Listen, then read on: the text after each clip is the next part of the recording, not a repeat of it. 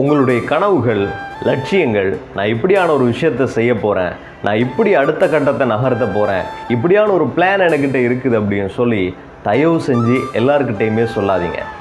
ஏன்னா உங்கள் மேலே நம்பிக்கை வச்சுருக்கிறவங்க, உங்களால் முடியும் அப்படின்னு சொல்லி நம்புகிறவங்க, நீங்கள் வெற்றி பெறணும் அப்படின்னு சொல்லி ஆசைப்படுறவங்க, உங்களுடைய வெற்றி யாருக்கு திருப்தியை கொடுக்குமோ அவங்கக்கிட்ட மட்டும் உங்களுடைய கனவுகளை சொல்லுங்கள். நான் இப்படியெல்லாம் செய்ய போகிறேன் அப்படின்ற உங்களுடைய பிளான்ஸை சொல்லுங்கள்.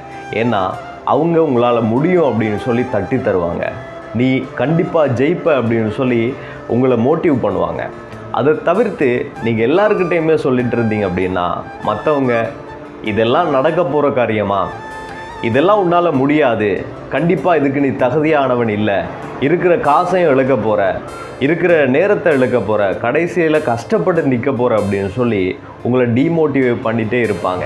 எனவே அப்படியான நபர்கள்ட்ட உங்களுடைய கனவுகளை சொல்கிறத தவிர்த்து தனியாக உங்களுடைய கனவுகளை, லட்சியங்களை மனசுக்குள்ளே மட்டும் வச்சு உங்கள் மேலே நம்பிக்கை வச்சு அந்த கனவை நோக்கி ஓடுங்க.